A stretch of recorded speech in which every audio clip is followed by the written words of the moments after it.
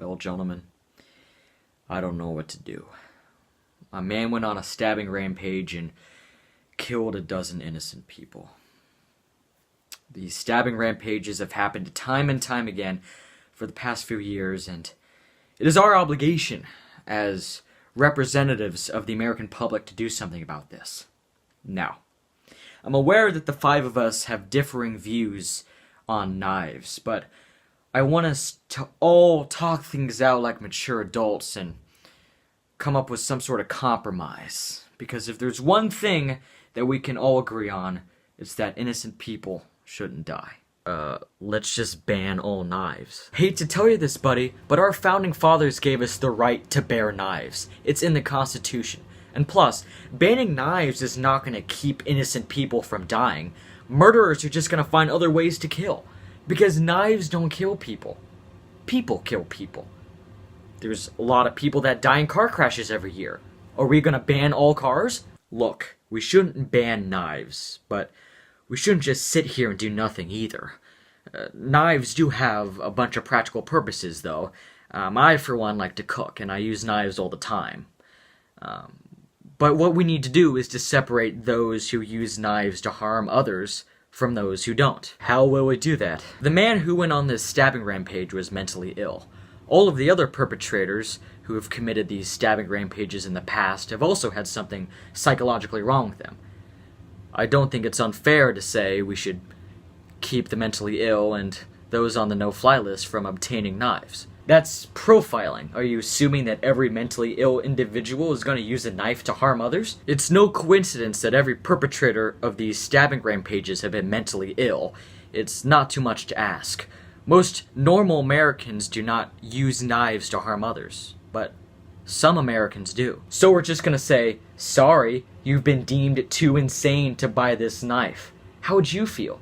Put yourself in that person's shoes. Oh, so you want to talk empathy, do you? Well, it's easy for you to say all these things because none of your loved ones have ever been affected by knife violence. What if your son or daughter or wife or mother was stabbed by some sociopath or some emotionally disturbed schizophrenic?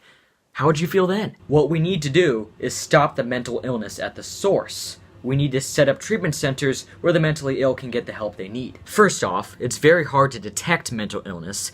Second off, you said it yourself. Mentally ill people do not like being told they're mentally ill. So, are we going to force them to go to these treatment centers? And third, where's the money going to come from? Being as you cut off funding to these sort of social services. Alright, let's calm down. Alright? I went to the knife store this morning and I purchased these 3 knives legally. Okay? This is a butter knife. You use it to scoop up butter and put it on food like bread. This is a standard kitchen knife. You use it to cook with or cut things up. Like, for example, I used this knife or one similar like this when I was eating steak last night. This is a borderline machete. There is no reason for anyone to have a knife this big. A knife this sharp and this large is designed for one thing, and that's to kill. Using that logic, you could kill anyone with these knives. I could stab someone with this butter knife. I could stab someone with this kitchen knife, if I'm mentally ill enough. That's why I don't think that the knives are the problem. It's the people who use the knives as weapons. I own a bunch of knives, and occasionally I'll go knife throwing with my buddies using knives this big because it's fun. I also use knives to go fishing, to skin and gut fish, and to protect my family. Am I to be put in the same boat as these lunatics who go on stabbing rampages?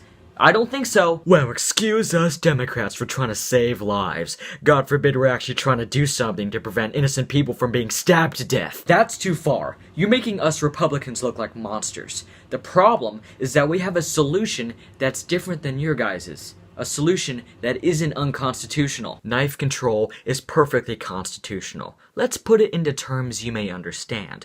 What if a Muslim person walked into a store and bought a bunch of supplies that could make a bomb? How would you feel about that? Wouldn't you get suspicious? It's the same as if a person walked into a knife store and bought a bunch of these types of knives. Knives that are designed to kill. Are you calling me Islamophobic? I respect all religions. It's this guy who's Islamophobic. What the heck? I'm not... Okay, well, I do hate Muslims. Christianity is the only one true religion. But that... Guys. We're getting off topic.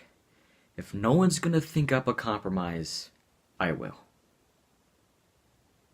Let's just not do anything. I mean, this topic is too controversial. So let's just keep letting these stabbing rampages happen and let the states pass any regulations they want to. How does that sound? Sounds good to me. I'm down. Cool. Well, now that that's out of the way, let's talk about something we can all agree on. So, how about those dreamers?